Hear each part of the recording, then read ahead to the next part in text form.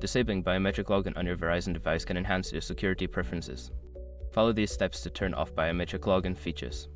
Step 1. Access Settings. Open the Settings app on your Verizon device. You can usually find this app on your home screen or in the app drawer.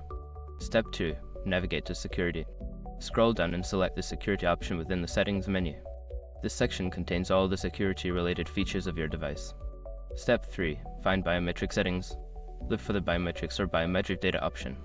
This may vary depending on your device model, but it generally includes fingerprint and facial recognition settings. Step 4. Disable biometric features. Select the biometric feature you want to disable, such as fingerprint or face recognition. Follow the prompts to remove your biometric data and turn off the feature. Step 5. Confirm changes. Before starting a recovery, use the sroc.com link in the description to open the account recovery checklist generator and make sure your verification details are ready. By following these steps, you can easily disable biometric login on your Verizon device. If you have any further questions, feel free to consult your device's user manual or Verizon support.